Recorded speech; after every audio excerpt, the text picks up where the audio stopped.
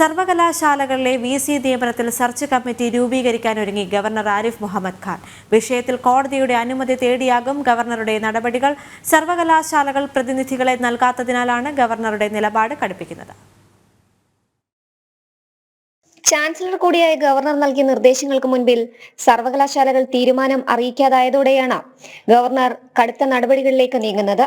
വിവിധ സർവകലാശാലകളുടെ സ്ഥിരം VC-മാരുടെ നിയമനത്തിൽ നടപടികൾ വേഗത്തിലാക്കാൻ മാസങ്ങൾക്ക് മുൻപേ ഗവർണർ VC-മാരോട് ആവശ്യപ്പെട്ടിരുന്നു.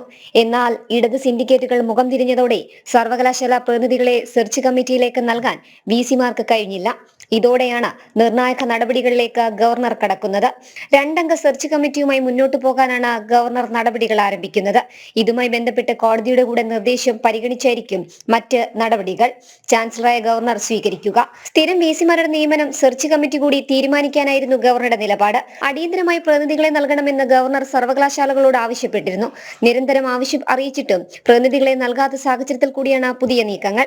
കൂടാതെ സർവകലാശാല ചാൻസലറായിരിക്കുന്ന ഗവർണറുടെ ചുമതലകൾ വെട്ടിക്കുറയ്ക്കുന്ന ബില്ല് രാഷ്ട്രപതി ഭവനിൽ തുടരുകയാണ്. ഈ ബില്ലിന്റെ അടിസ്ഥാനത്തിലാണ് ഗവർണറുടെ നിർദ്ദേശങ്ങളോട് മുഖം തിരിഞ്ഞുള്ള സർക്കാർ നടപടികൾ. ജനം, തിരുവനന്തപുരം.